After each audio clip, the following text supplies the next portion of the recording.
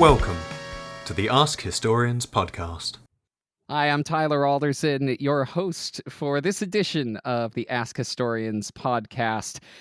And today we are talking about replicas. Replicas are not just a copy of the original artifact. There are, in fact, a lot of purposes and meanings and histories of replicas that are sometimes very different and sometimes intertwined with the histories of those original artifacts.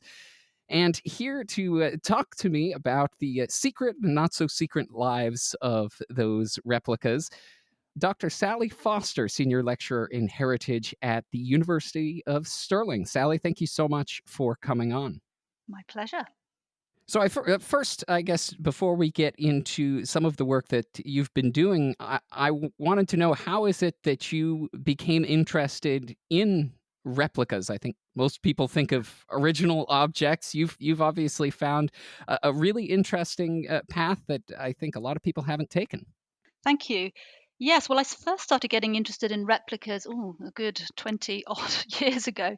And it's because of, well, my background. I started off life as an early medieval archaeologist. And as an early medieval archaeologist, so that's somebody studying the remains of the first millennium AD with a particular interest in Scotland in my case, I discovered that if you looked at the lives of objects, if you looked at what happens to objects beyond the early medieval period, particularly when you got through to the 19th and 20th century, that these objects started being copied. And the story of those copies and the difference those copies made, both in their own right and in terms of the understanding of the original, it became clear to me that these were fascinating stories, but they were also stories that were not widely appreciated. So that was my initial starting point. I was thinking about a particular object. I started with the St Andrew's sarcophagus, which is an 8th century Pictish monument from Scotland, and I identified that realized that copies were being made, and they had this really interesting history. And then I attended a conference actually, and some colleagues were talking at the National Museum, and they started talking about something called the Norreys Law Hoard from Scotland. And it became clear that they were also dealing with copies that had been made of objects that had come from this hoard and had been discovered in the 19th century. And actually, it was the same antiquarian who was involved in making copies of the material from their hoard as who had been involved in making copies of my St Andrew's sarcophagus. So clearly, for antiquarians in the early 19th century, it was really important to be making these copies. And I thought, what is this all about? And these were people who were they were at the cusp of scholarship, if you like, but they were also people who were trying out new technologies. So they were, well, making plaster casts, that's not a new technology, but they were employing local craftsmen to do that. And when electrotypes were discovered, people started adopting that technology. And in fact, the antiquarian we were looking at, he was also involved really, really early on in photography as well. So that was really interesting. Antiquarians were producing this material, and they were doing it because they wanted to share the importance of the objects that they were working with, not just with other antiquarians, but with the wider public, and to educate the public as well. But then I started realizing that actually there's a lot of this stuff out there. It was in museums, or it had been in museums and had subsequently been destroyed, but also that replicas were a common feature on heritage sites as well. And I was particularly interested in the early medieval period. And whilst there'd been quite a lot of scholarship looking at copies that had been made of classical or later medieval or Renaissance material, particularly plaster casts, I recognised that the area that I was interested in was quite neglected. There were a few scholars working on it, but not so many. And that when you looked at the context in which people were making copies of this early medieval material, it was quite different in various ways from the kind of classic canon, if you like. And that led me to develop something which I called a kind of composite biographical approach, which means that I'm interested in the long lives of objects from when they're created through to the present, interested in how their meanings and values change through time. That's what we think of as a object biography. But when I say composite biography, I could see the value of bringing in the lives, the stories of the copies that were being created. These had their own lives, but they also added to the lives of the original and vice versa. But that then led me, sorry, this is a long answer, but it led me on a on a longer journey, which was into thinking about broader issues. So, when you study these replicas, does it tell you, for example, about authenticity? Because replicas that were being created by antiquarians and by museums in the 19th century in vast numbers, in the early 20th century, museums started quite often destroying these things, simply getting rid of them or putting them into storage. And that was bound up with notions of these replicas not being authentic. There was a particular idea of what authenticity was, and these things were no longer valued because they were deemed inauthentic. And that tide has started to turn now, and we can come back to that later. But the point is, you can use the story of the replicas to get this really interesting insight into the notions of what authenticity is and how it's been applied in museum and heritage contexts. But you can also look at the replicas that are in museums and in heritage contexts, and the way that they've been created, the way that they've been treated, is also telling you something about the history of museums and heritage practice. So that's another reason why they're very fascinating. But they're also interesting in their own right because they give you a real insight into the crafts and technologies and craftspeople who were involved in creating them.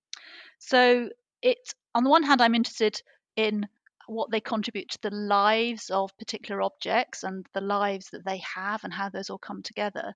But I'm also interested in the broader issues to do with authenticity, what they tell you about museums and heritage histories, and also the kind of crafts that were actually involved in them. And it's those two angles that have come together in a study that I've undertaken with my colleague Sean Jones on the St John's Cross on Iona. And that's is such an interesting point that you've mentioned that I noticed throughout these principles and guidance that you have for museums and heritage, as well as the specific case of the St. John's Cross. The thing that I noticed is just that so much of it seems to be about outreach or interaction that people actually have in many cases a lot more interaction with the replicas, as you say, as part of museums or in other areas than they do with the original objects sometimes. And that can really give those replicas a very strong sense of purpose. Yes, I think our starting point in the research that Sean and I did, our research has got lots of different strands to it, but one of the original things that we did was we looked at the ways in which we undertook ethnographic research, and we looked at the ways that people today think about the authenticity and the value of a particular replica. So we did this very kind of detailed study, and it's a replica that stands in the open where the original had originally once stood in the 8th century and for centuries after until it fell down. But come back to that. But the point is, yes, original replicas have been created in lots of contexts, in different contexts, and quite often it's because the original is perhaps no longer exists, or it's no longer possible to display the original outside where it had originally stood, or it's being used in a context where explicitly the idea is maybe that perhaps that people can touch the replica rather than they can touch the original. So there's lots of different contexts in which replicas get produced. But I think our starting point was that there wasn't a very good understanding of the ways in which people actually value them and the nature of the authenticity that attaches to those replicas. So there's a bit of discrepancy, if you like, and we quickly found this in our research, between the ways that, say, heritage professionals and museum professionals might be thinking of the value that attach and the authenticity of a replica that's in their care, as opposed to how the public who are actually encountering that replica might perceive it. And as somebody who's been to a lot of museums, I have to say that when I think of a replica, if something were to happen to it, or if it weren't as well taken care of or something, for me, I'd say, well, hey, you can just make another one, right? But that really isn't the case, because as you say, it takes on a life of its own. It takes on a life on its own, and we tend to forget that replicas, they are original objects in their own right. They do have their own lives, and the tendency has been not to consider that, like, something that's created in the 8th century, for example, that these things, they have their own lives, they've got their own values, and the tendency is to kind of go and research the life of the original, but not research the lives of the copies. So copies, replicas in general, have not been as well understood, and that view that you took is sort of, I don't mean this in a rude way, but that kind of dismissive, oh well, it's just a replica. That's a really common view, and I've certainly encountered that in my own experience, of why heritage professionals say don't value something. Well, it's just a replica, we don't need to think about it. But to give you a specific example, and I'm not going to name the example because I don't want to shame the museum in question, but when I was doing my research, in the files of this museum, I came across a record of a decision that had been made to dispose of a plaster cast, and it was a plaster cast of a very famous Scottish 8th century monument. And so I could see in this file how the decision had been made to get rid of it and why. So the starting point was that a part of this relatively large plaster cast had got damaged in transit. It was a relatively small area of damage to judge from the photographs that I saw, but the registrar, I think it was in this particular instance, very quickly came to the decision that, well, it's a copy, it's damaged, we'll get rid of it. But in actual fact, that was a copy, and there was no research done into it. Whereas in actual fact, and this is one of the things that we recommend in our guidelines, that you do have to understand the object that you're making decisions on. Like, you need to treat a replica like you would treat any other object, and understand it and understand its values before you make a decision about what to do with it. So in this particular instance, I knew from my research that it was the only surviving example of a series of copies that had been made over 100 years ago of this particular stone. That it, in its own right, it had its value, it had its own story, and it was, possibly worth therefore seeking to repair the damage and retain the object. But also, this particular monument, it's an object that still stands out in the open. It's been in the open for over 100, well, actually thousands of years, but 100 years or so since that copy had been made. And it would have been fascinating to be able to compare, for example, the surface of that plaster cast and compare it to the worn surface of the stone as it is now. So it's that plaster cast, even in its broken state, it still had some scientific potential because we could use it to answer a research question. But the point was, and I'm not trying to single out this individual museum, I'm just using it as an example of the fact that there is the tendency just to go, it's a copy, let's not bother thinking about it any further.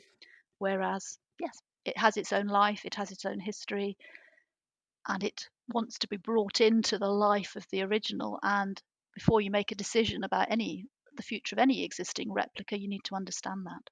Why don't we get a little, we'll talk a little bit about one of the objects and the focus of the book that you have written called My Life as a Replica. It's the St. John's Cross in Iona. Well, it's the replica of the St. John's Cross in Iona. I guess I have to be very clear about that. And I guess, first of all, what is it a replica of, and how did that replica come to be? Yes, the St. John's Cross on Iona. So Iona is maybe better to tell our listeners a little bit about what Iona is in the first place. So Iona is if you don't already know, it's a small island off the west coast of the bigger island of Mull, which is off the west coast of Scotland.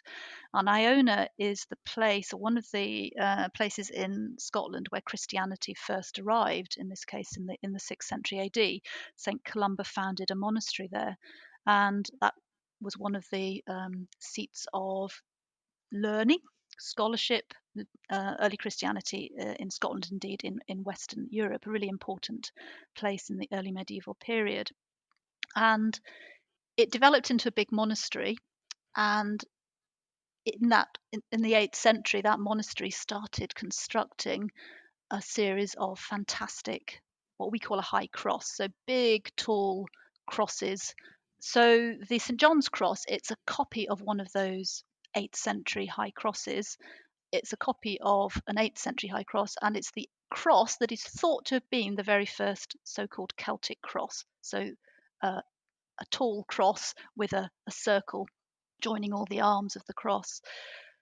One of those very iconic looking ones. I think everybody who's been to Ireland or Scotland, certainly anyone who's been in one of those gift shops in Ireland and Scotland, probably has a picture of that, of what it looks like in their mind, that Celtic cross. Well, absolutely. In fact, actually, you can go to graveyards around the world or look at war memorials or other types of memorials, and you can quite often see a monument, big cross with a ring, and ultimately those crosses owe their inspiration to this St John's cross on Iona.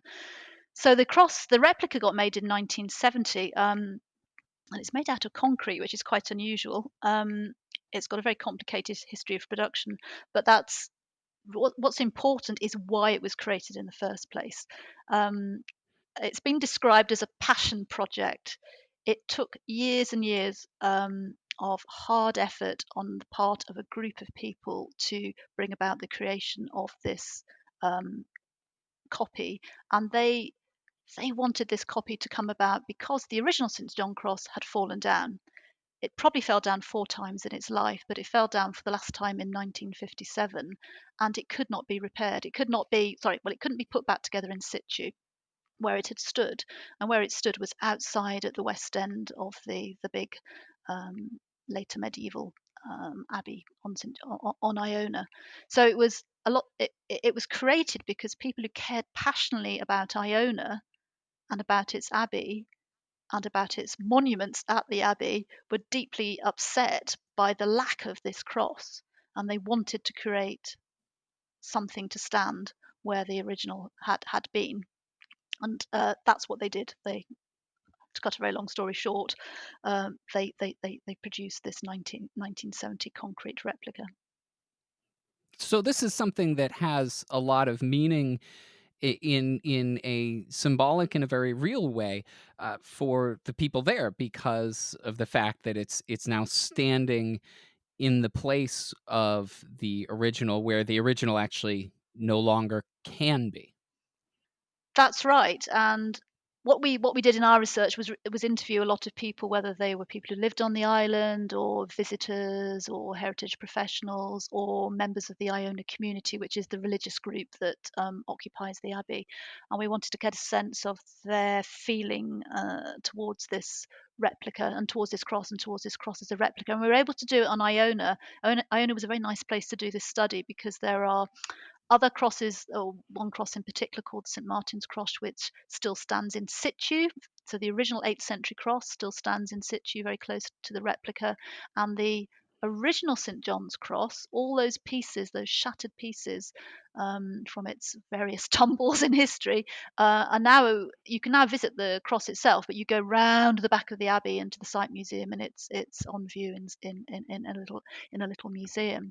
So we were able to get a sense of the different ways in which people appreciate that monument. So where it is really important. It's not just that it is and its materiality and how people experience it kind of close up, if you like. It's also its place in that landscape. It's part of the overall Iona experience that visitors and pilgrims to the site have, and it replaces things that are lost. And one of the very obvious things that it replaces that was lost when the cross fell down is it replaces the shadow that the original cast over a little building that stands behind it. And that little building is the place where St Columba, who founded Iona, was buried. And almost certainly that shadow that's cast in the evening, in the late afternoon and evening, on the opening of the shrine of St Columba, that was very intentional. And visitors today, whether or not they realise that that was an intentional feature of the 8th century builders, that shadow means something really significant to people. So it's not just the fact that the replica exists, it's what it does, it's what it does to people's experience of the place that's really important. And this isn't something that is just, and I don't want to, dismiss the heritage aspect because that is extremely important. But this is also a religious site, and it's a Mm. religious monument as well. That must have a particular for people who are Christians visiting that site in that context must also have a very strong spiritual connection as I mean, that's immediately what I thought when you're talking about the shadow casting over the grave of the saint. That seems like a very spiritually powerful thing.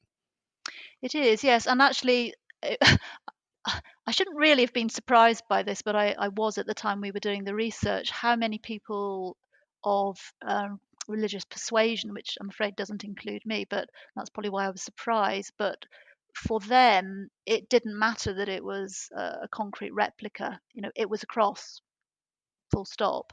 It didn't matter that it was a copy of an 8th century cross, um, because a cross is a cross is a cross. Um, and I hadn't really expected that response, but the same people, or sometimes different people, some people found the materiality of the cross more hard to deal with. So the fact that they knew it was a replica could make them think, I shouldn't like this, although they actually might quite like it for the overall experience they have of it and that what it adds to the place. And there were people for whom the fact it was made out of concrete, this modern, well, not, it's not a modern material, but it's what people think of as a modern material. Some people found that, you know, they couldn't reconcile the fact that they might actually think it's a magnificent cross and a beautiful cross, and spiritually a cross is a cross. Some people found it hard to deal with it, the fact that it was made out of concrete.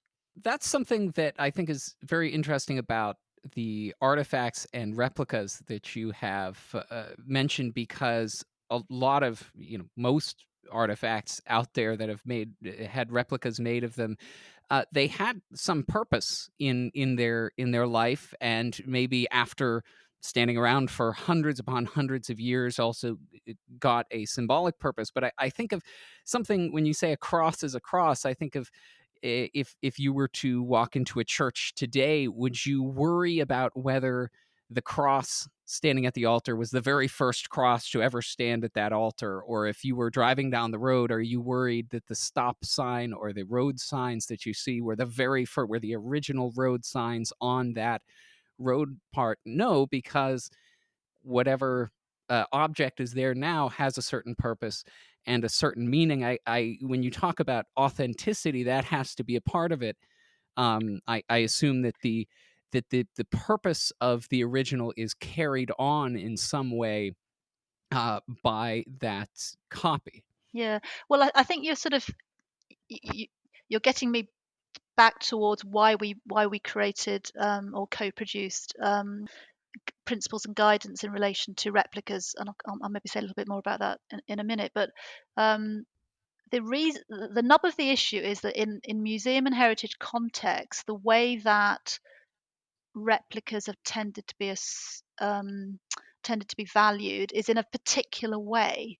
So that in those particular institutions, and given the backgrounds and the kind of discourses, the way of doing things that evolve in those institutions, replicas came to be things that weren't to be valued. And that was because there was a particular way, or in fact, in certain contexts, there still is a particular way of looking at authenticity, which is to regard it as something that is intrinsic to the original object. So if you make a copy of something, it doesn't have any authenticity because it's just a copy of something else. Whereas what we're saying and what our research shows is that, even for a 1970 concrete replica, it has an authenticity, and that authenticity is bound up in its material qualities, in the way that there's a term called pastness that is used. This is a term that was evolved by somebody called a Swede called Cornelius Hulthoff. But what pastness means is that the way that something appears to be of the past, so feels like it's of the past. So replicas can feel like they're of the past. They can acquire patina. they can age in their own way as well. But the other aspect of sort of more modern notions of authenticity is that it's to do with being able to connect to the networks of social relations that thing, which could be a replica, is involved with. So if you have that alternative understanding of authenticity, that it's to do with material qualities, this sense of pastness and connecting to the networks of social relations that people, places and things are associated with that object, then you can look at the value and significance of a replica in a very different way. So the reason why we, on the basis of our research, wanted to work with museum and heritage professionals to produce principles and guidance was because in some quarters in museum and heritage circles, there is a sort of old-fashioned way of looking at the value of replicas because it's bound up with that alternative way of looking at authenticity, that it is intrinsic as opposed to something that is socially constructed, albeit the material qualities of the thing in question are important. Does that make sense? Yes, absolutely. And specifically with this St. John's Cross, one of the things that we've been talking a lot about how it seems to converge and augment a lot of the importance and purpose of the original uh, original cross. But I was wondering as well, in terms of your research, the importance that you found that maybe diverges a bit, and this particular cross obviously has taken on somewhat of a life of its own. What aspects of its life maybe are more its own than just tied up with the original? Well, I think the whole, its whole, the very fact that it exists. I mean, yes, it exists because people felt the loss of that 8th century original. Um, so what it's doing is it's sort of it expresses the story of people's love for Iona, and I think as a place, and I think that's something that still comes through, that even people even people who don't know its background but who love Iona and view it as part of the brand of Iona, it is this iconic monument, that kind of comes to the fore. But it's more than that.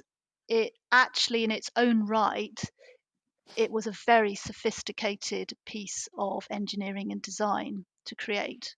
And that's a story that's not been previously told, and that we tell for the first time in our book. It's easy to go, oh, it's a bit of concrete, but in actual fact, it's a prize-winning piece of concrete. It's won several. It's received several awards in the course of its life because it was so unusual to build this sort of thing out of concrete and to build it in the way that it was constructed. It involved lots of very clever design and thinking, as well as sort of engineering practices to actually come about, and that's a really important part of its story as well. So this is a real, it's a craft. Again, it's not some sort of pale imitation. There was a lot of care that went into the making of the original, and a lot of very skillful work that went into the making of the original. But Yeah, also, there was a lot of skill and work that went into the making of the replica. well, that's right, and I think one thing we did in our research, and I think this worked quite well, even though I say so myself. So we were interviewing people, as I said previously, and I think to a man and woman, even heritage professionals, and that's not a criticism, but people didn't know the history of the replica. So we had a discussion, with these individuals about their experiences and perceptions um, of the replica and of the, well, Iona, the abbey, the crosses, the replica, just to kind of contextualize everything. And at the very end of the interview, we brought out photographs of the craftspeople at work. The people who made it at the time were exceptionally proud of what they were doing. They were doing it for the love of Iona and because and because they had all these skills that they could that they could bring together, and a lot of the people involved all knew each other as well, so they were kind of a tight community of people. They had a real pride in what they did, and luckily for us, they photographed different stages of the construction. One of the sons of the engineer made a film about it, which you can see on YouTube. So it means that we can actually see the story behind, or not all of it, but we can see stages of the construction of the cross visually. So we brought these photographs out and we showed them to people at the end of our interviews, and really asked. We're looking to see what difference it made, if you like, that they could actually see some of the people involved, and it. I mean, it didn't always happen, but quite often people waxed lyrical when they saw these photographs. Somebody talked about a glorious revelation, being able to understand the way that it was made, um, and to see the passion that was involved in the project and the people that were involved in its construction. And quite often people made direct connections between what they thought about the people who'd built the original and who lived on Iona, and the people who had crafted the concrete replica. So people started making connections, and I think that's one of the important things about replicas, that if you hide them away, or if you hide their story away, then we can't make these connections. But if you start to offer clues to the story and the people involved, then people start making their own connections, and they acquire different sorts of, it'll be individual, it's individual, it's specific to individuals, but people connect to the biography if you give them clues that allow you to connect, and that's what just showing these photographs did. I think it's such a funny concept that the the original cross was standing there for 1,000 years plus. Was made at a time where nobody is alive. It's, you're talking about generations upon generations past, and yet I'd imagine there were actually a lot of people around who could tell you more about the history and the making of that, or at least had been more interested in at first in the history and making of that, than something that was made in living memory, that people are actually there's people who might remember it being made, and that history, which is only a few decades ago, seems to have been lost, and then you brought it up again. Yeah, well, it wasn't much that it was lost. It existed, but it wasn't communicated. It wasn't celebrated. And actually, one of the things that I'm really pleased about at two things. Well, there's maybe three things to highlight that have happened on the basis of our research, actually. So two of which are specific to Iona, and one is more general. So actually, on Iona itself, the abbey is looked after by Historic Environment Scotland, which is a sort of government agency responsible for the historic environment in Scotland. So they directly look after the abbey. Um, they're also the government body that decides which monuments are significant enough to be designated, to be given legal protection. And they also, because they look after the abbey, they provide the on site interpretation. So, two things, really important things, have happened. So, one is that, informed by our research, Historic Environment Scotland has decided to list, so give protection to the replica on Iona, and they gave it Category A status, which is the highest designation it could have got. And that's really interesting, because when they reviewed the designation of Iona Abbey only 5 or so years ago, a conscious decision was made to exclude the replica. And I think there's lots of reasons why that's the case. And in part, it's because it's a copy. We don't need to think about it. But also, of course, our research hadn't been done, so there wasn't the research that showed why they might have wanted to think about it. But the fact that they have now reviewed their designation and not simply decided to designate this replica, but give it the highest status that it could, is really important, and says something about a change in, it speaks to a change in attitude within an organization like that it's prepared to consider designating these sorts of things.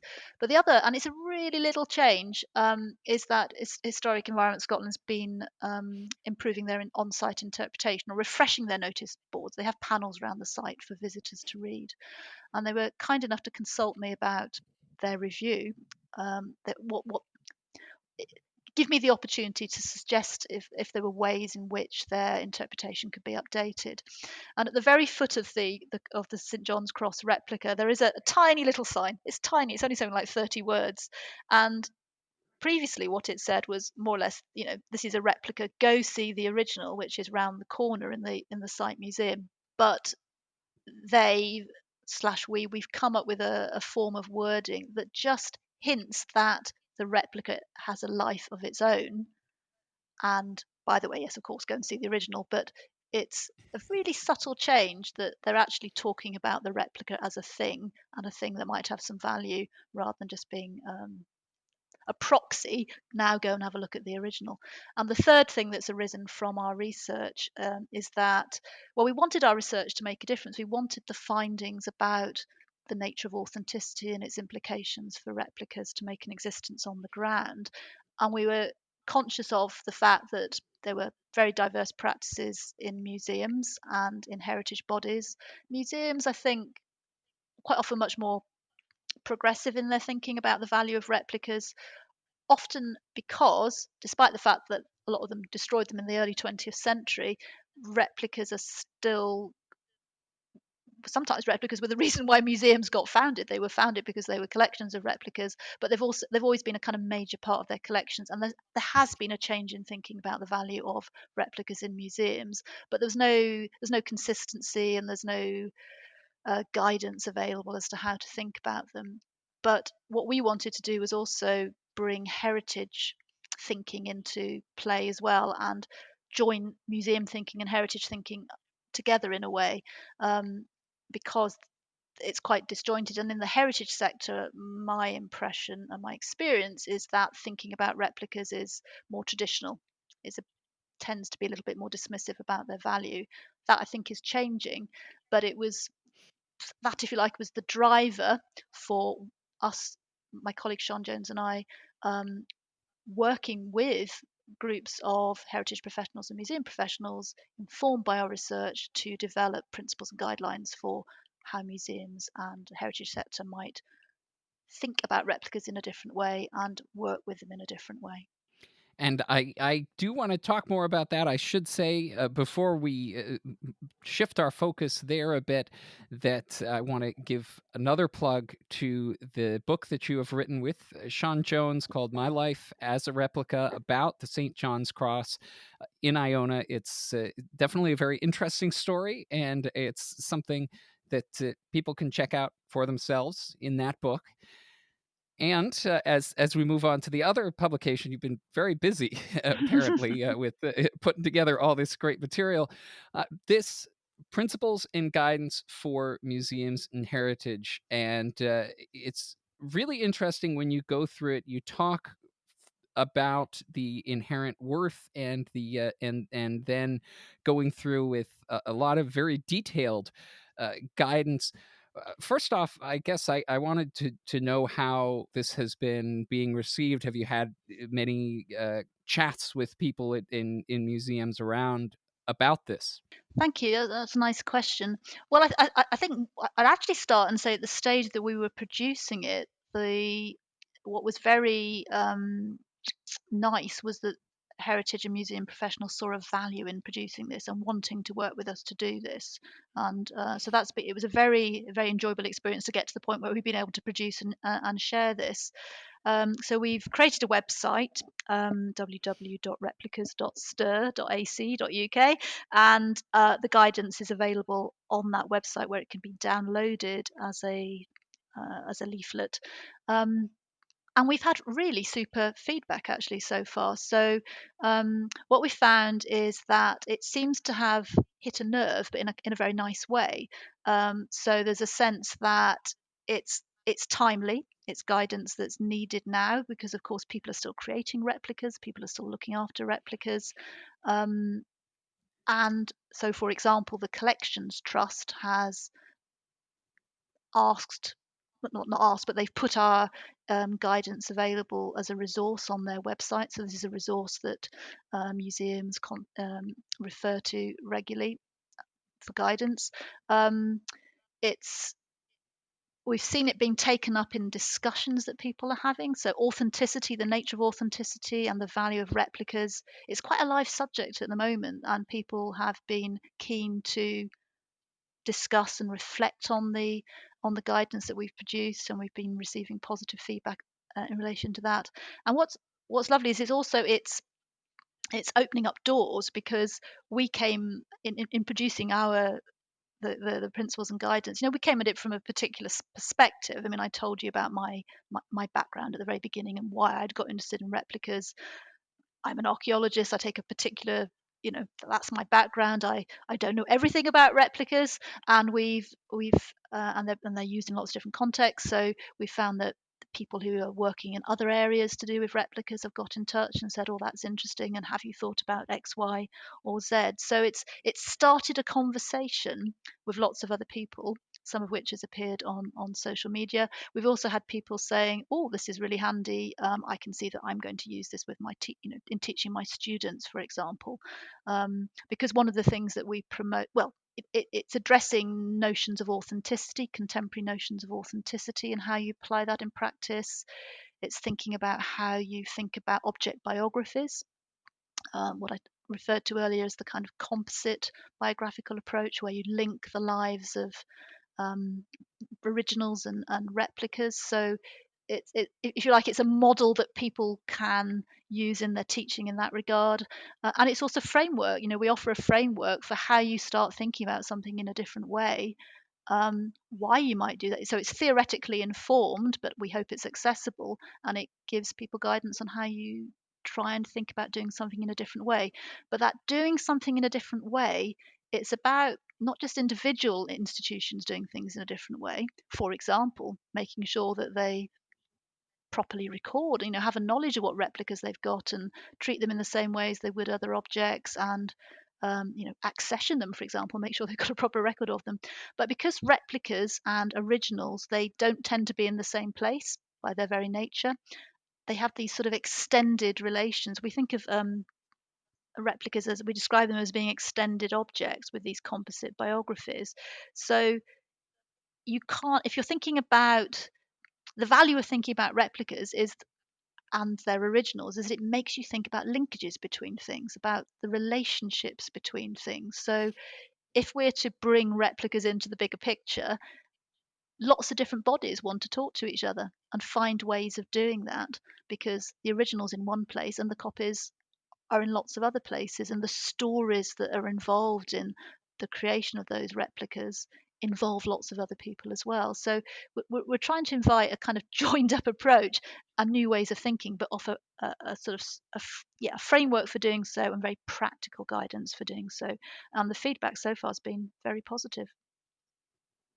It's wonderful. When you were talking about the bodies in particular, it's interesting because for the St. John's Cross, that's one example where, yes, they're in a different place, but they're in a different place because one's kind of around the back and one's out front.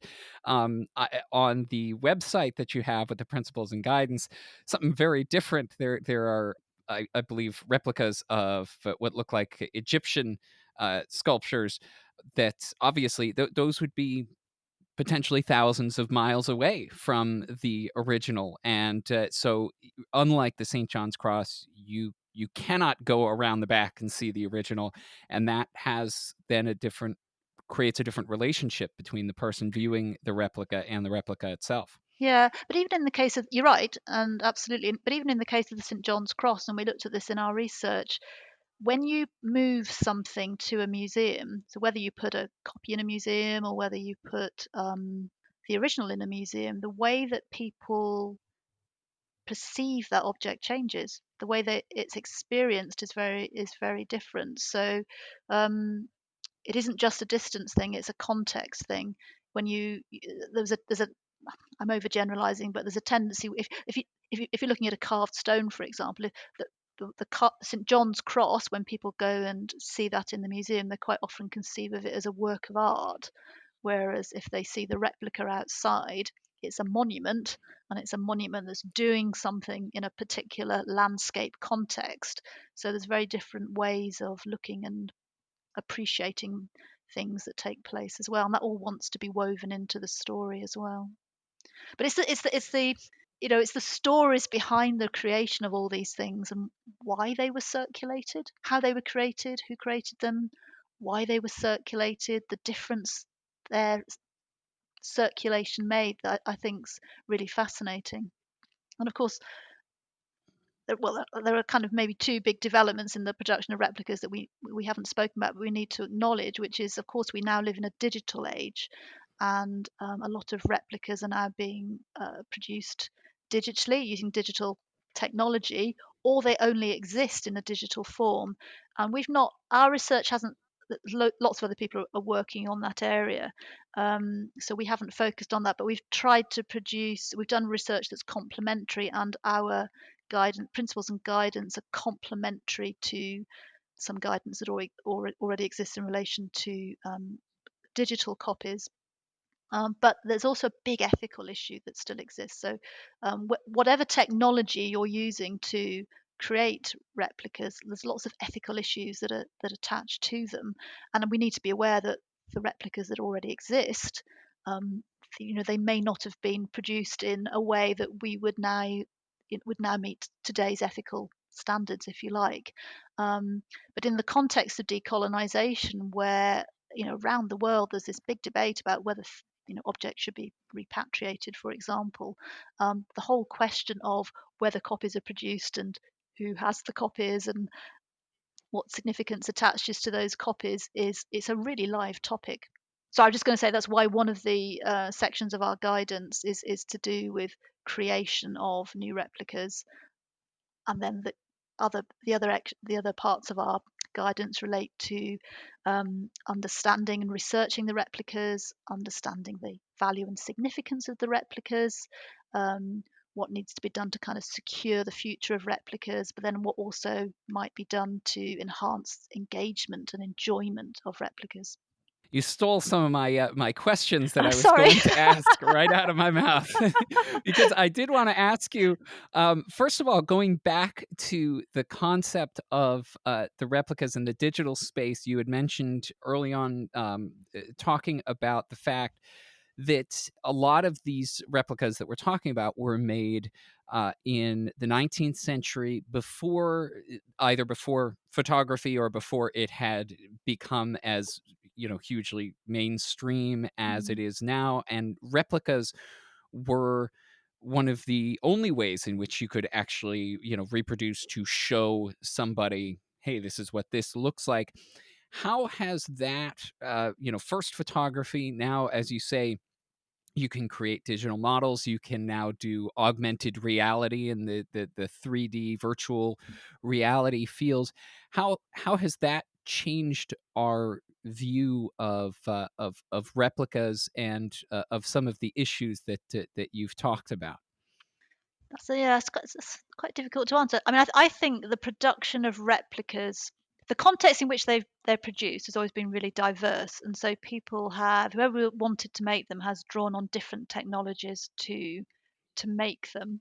And I think that one of the things maybe we need to emphasize about replicas, as opposed to say photography, is that when people created replicas, the desire was to create a direct copy, and of course something that had as far as possible, the material qualities of a three-dimensional object, which of course photographs don't convey.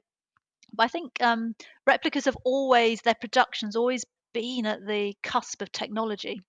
There have been older techniques that have been used. I mean, my example I gave you at the beginning, the St Andrew's sarcophagus, which the first copies were made in 1839, and the chap who arranged for them to be, the antiquarian who arranged them to be made, he didn't have access to anything fancy, but he had access to a local plasterer. So people were having houses with fancy plaster work in those days, and he used the skills of a local plasterer to actually create those replicas. But other techniques, as they evolved, like electrotyping, would have required much more sort of specialist skills.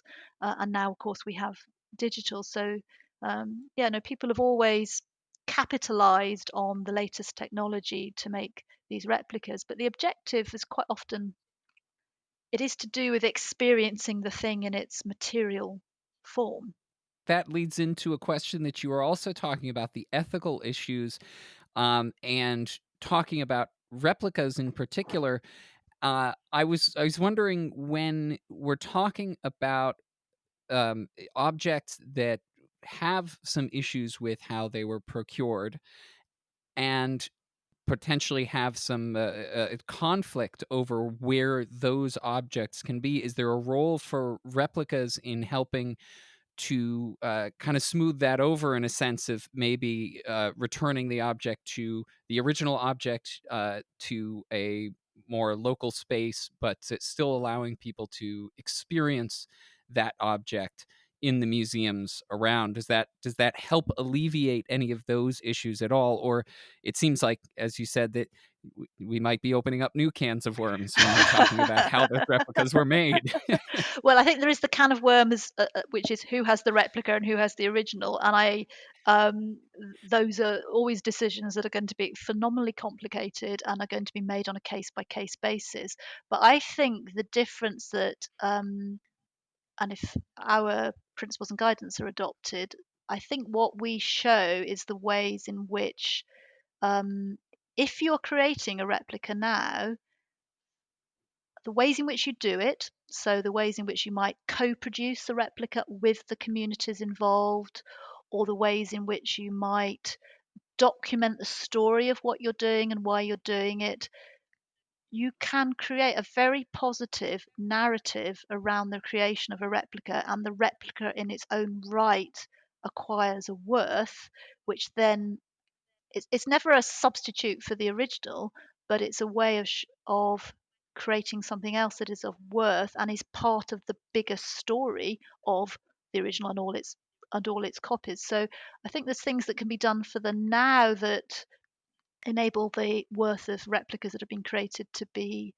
better appreciated, and which I think, in terms of the longer term history of the original and all its copies, will add to that story as well. So there are things that can be done that I think turn around replicas as just being a proxy or just a copy.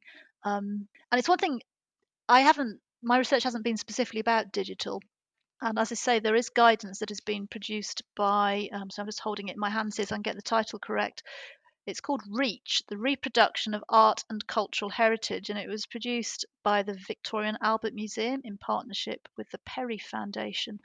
So that's guidance in relation to producing copies of digital things. And what I think is really interesting, and where, I mean, there's nothing wrong with it, it's great stuff. But what I think they underplayed, a trick that perhaps they missed, was in realizing and emphasizing the value of telling the story of the creation of the thing, of the replica, as opposed to just the things that you do if you're creating a replica, if you see what I mean. And in reality, that happens. So if you go and you look at the work of the Factum Foundation, for instance, in terms of the digital replicas that they're producing, well, copies they're producing of things digitally and digital copies that they produce, actually, the story that comes to the fore is they're already doing it, but they're telling the story of why these things are being created and the communities that are being involved in the creation and all the fantastic science and skills that go into making it, so that the replicas, or those digital replicas or digitally produced replicas, they're already producing new stories. They have a fantastic new story in their own right, and it's those stories that can become part of the future and help to address the ethical issues. Well, that's wonderful, and certainly there's a really interesting. I found the creation of new replicas such an interesting part of that principles and guidance, for that reason, that this isn't just, you're not just talking about the replicas that have been made and studying and giving worth to the replicas that have been made, but actually providing that guidance and some very interesting questions that honestly I wouldn't have thought of. I'm sure a lot of people might not have thought of when you're actually creating that new replica that will have that history and that new context and that new value of its own. Yeah, I think this that history side of it came to the fore really in the work that I did with the on the St John's Cross replica, because on the one hand, I realized how lucky I was to have all this documentation, and also people who were around at the point of people who were involved in the creation of the replica, as you hinted earlier on. Actually, I didn't respond to it. Were still around and could be interviewed, which meant that I could come up with a very full history of the creation of that particular replica and what people thought at the time about it and the nature of authenticity. I could get the story, but I could also, because of the nature of the existing sources, which included people who were around at the time, I could really get a sense of, the values that attached to that. But I've also looked into I have researched lots of replicas, and all too often you go to the files and there's nothing.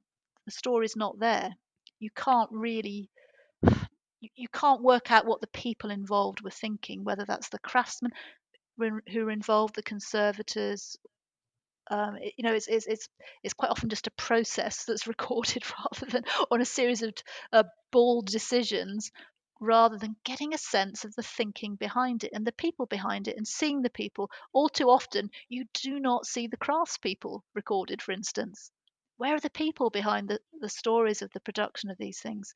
It doesn't relate just to replicas, but if the people, the stories, want to be brought to the fore. And so it's sort of learning points from that experience that I suppose we've tried to bring through to thinking about what you might do in the future differently as well. And you can see there's some very neat pictures, not only of various people creating and working on some of these replicas, but also replicas themselves up on this replicas.stir.ac.uk. It will be in the accompanying Reddit post that will be on the Ask Historians subreddit that will go along with this podcast. So anybody listening, you can check that out, the new futures for replicas page. And there's a lot of very interesting stuff, especially if you are somebody who works in cultural heritage or works in a museum, anything like that. There's plenty of really interesting information and guidance for you, because I'm sure that there are going to be people listening who maybe have replicas around that they haven't necessarily thought all that much of, that might have some more thinking to do, and they might have some different viewpoints on what they already have. And I assume that you've run into a lot of people who've read this that have said the same thing. Yeah, so far that's right. And if I could just say something about our book as well. I mean, it's not just to plug it, but I mean, yes, it's to plug it, but it's also to explain it. Because I think the book's doing several things, and it can be read in different ways.